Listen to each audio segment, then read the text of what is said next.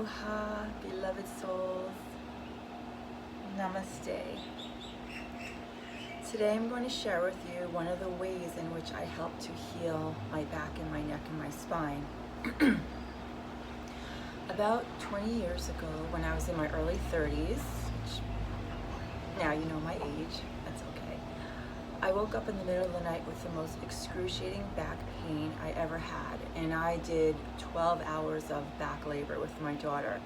But I mean, this was just, it was so bad I couldn't walk. I had to quit my job as a financial consultant. I was in so much pain and nothing seemed to help. I went and got my MRIs, and I went to two different spinal specialists that came very highly recommended from the Hospital of Special Surgery in Manhattan, and they both concurred that I had the spine of a 70-year-old. Although they both gave me two different opinions about whether or not I should run. One said, I recommend that you never run again. The other one said, I recommend that you continue running because it'll help bring blood flow into your disc. So at that point I knew I had to take my healing into my own hands. So that set me on this journey of how to heal my life. And it wasn't just about my back and my neck and my spine. It was about all parts of me, all aspects of me. And I learned that my mental and emotional state was really causing so much of my physical pain. And it makes sense. I mean, we're not just a physical body. This is the least part of who we are, is our physical body. We are a mind. We are this mind, we are this energy, and we're mostly mind and feeling and heart. And so when your mental and emotional body are walking around with holding on to anger and stress and everything that I was holding on to, it comes out in your physical body. It gets stored in your physical body. So healing for me, which it was multidimensional, and not to go off on a tangent, that's going to be for another video, but this video, trying to just stay focused, is on the cat-cows. So every day I would wake up about 2 hours before my daughter got up, and I would come to my yoga mat, and I would just come to my hands and knees, and we call this tabletop position. So your hips are over your knees, your shoulders are over your wrists, my knees are about hip width apart, my fingers are spread wide open. Okay, so this is tabletop. This is neutral spine. So I'm looking down, I have really no bend in my spine, and then I'm going to start to do the movement. So this is your inhale into cow pose, and what you're doing here is extending your spine. Don't look to the side. I'm looking to the side just to speak to you, but when you do this, you look straight up. As you exhale, you come to cat pose. So this is the movement. We're going to do about 10 of these. So breathe in, breathe out. As you inhale, you're tilting your tailbone up, and you want to lead with your heart. So it's easy to just throw the neck back because the neck is the most flexible part of the vertebral column, but make sure you're leading with your heart and not your neck. Softening your shoulder blades as you inhale. As you exhale, try to bring your chin toward your chest, navel to spine, and you want to stretch between the shoulder blades, but it's important not to scrunch your shoulders to your ears, okay? So breathe in. We're trying to release tension, not create more. Breathe in and out.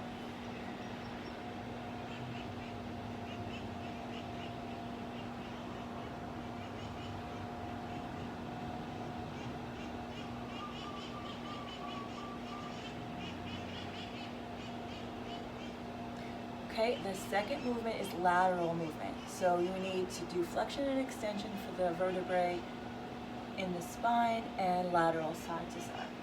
So from neutral spine, As you exhale, you're gonna look over your shoulder and move your hip toward your shoulder.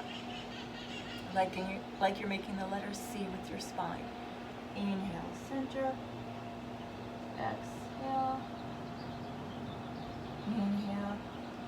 Exhale. One ear is facing the ground. I'm shortening the distance. Inhale. Exhale. Now, a common mistake is people add the flexion and extension with the side, which I don't know how they do, but I've seen it. So you don't want to do that. You want to just stay neutral. Exhale. Inhale. Exhale. And you can do about 10 of those and then stretch back to child's pose.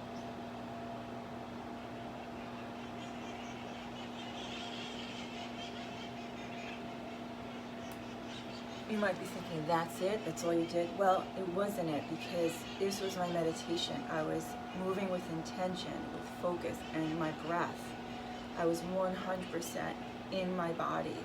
As I was inhaling, I was breathing in and visualizing white light filling my spine and healing my body. As I was exhaling, I was visualizing black smoke releasing all of my tension and worries going away. I also added affirmations. I would say to myself, this is from my book, I love and approve of myself. Life supports and loves me. I trust the process of life. All I need is always taken care of. I am safe. All is well. And I would do this every single morning. And that's really important. So when you're trying to heal yourself, especially when it comes to your spine, you have to have a daily practice. You can't do it every other day or just on the weekends when it's convenient. It has to be every day. You have to commit to healing yourself. That's your number one priority. You become the priority. That's the first important aspect. The second thing is you have to designate a physical space in your home or you'll never do it. I had lived in a tiny apartment with my daughter, but I had a little space, just enough for my yoga mat, and that's where I do it every single morning, and it became a habit. And in the last 20 years, I can probably count on one hand the mornings that I did not do my cat-cows. And I had my coffee. I call it cat-cows and coffee on my video portal, because yeah, I made my coffee in the morning and I'd bring my coffee mug to my yoga mat, and I would just take the time to do my cat-cows, stretch it out, and end in child pose, and just set my intention for the day. And it took me about 9 months, and I was out of pain after 9 months. And yeah, I was doing other things as well, but this was my cornerstone. This was my foundation every morning, cat-cows and coffee. So I just wanted to share that with you, and there are other variations of the cat-cows which I will show you in the next video, but I wanted you to get the foundation down first and then you can do the variations.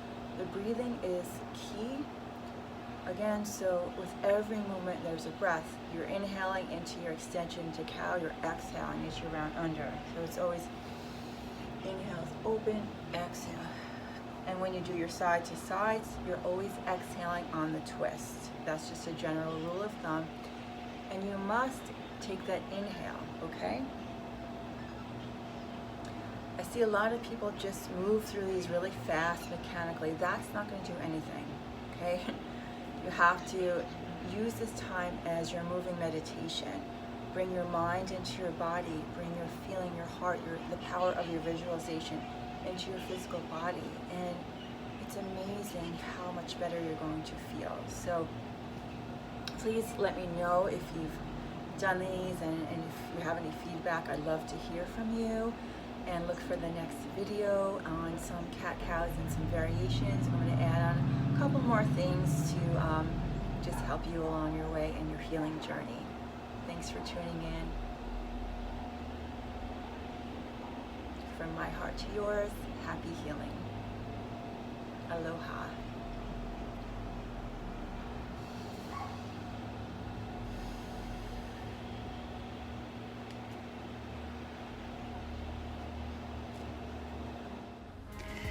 The soul fire in me, I give to you.